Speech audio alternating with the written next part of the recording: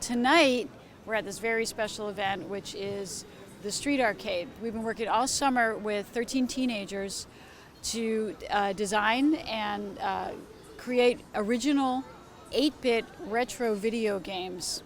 And we've installed them here out on the street for this big public event. We worked with them to sort of refine their ideas, to manifest those ideas into a video game form, and then worked with them to program those games. The name of my game is The Cleansing, and it's about you being the cleanser, and your job is to control the population of the universe. And by controlling it, you either you decide if a galaxy should be saved or destroyed. Before you are given the choice, it gives you really vague information about the galaxy you are planning on destroying or saving, and you make your decision on that. But after you destroy it or you save it, it gives you the rest of the information, or the most important information.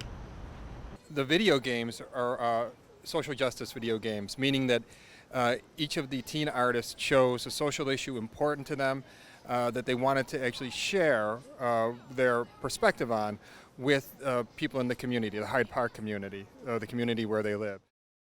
The name of the game is Peer Pressure, and it's about a girl. She's a new student at a different school, and she's trying to make friends, but the group of girls is not accepting her because they already have the group of friends.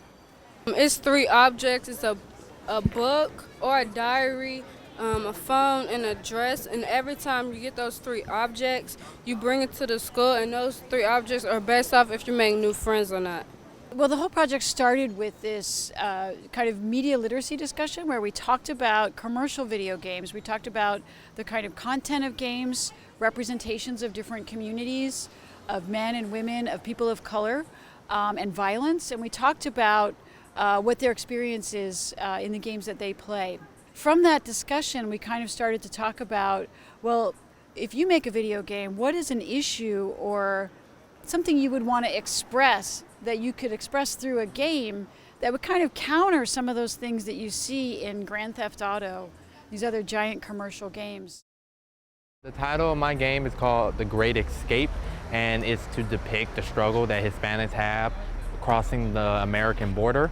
My game, basically, the objective of it is that you are trying to get across the border before dawn. There's a day-night cycle. You start at night. If it gets daytime, it's over, you lose. When you get to the fence, you climb over, and when you climb over, you win.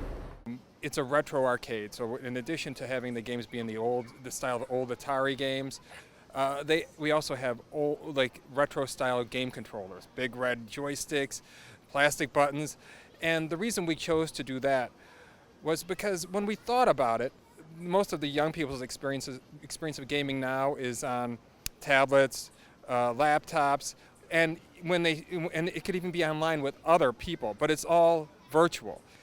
So you don't actually game with people in the same physical space like you did at the old arcades, which were a social gathering place. So we wanted to recreate that and have the games and the controllers be sort of the area that the people would gather around to actually socialize.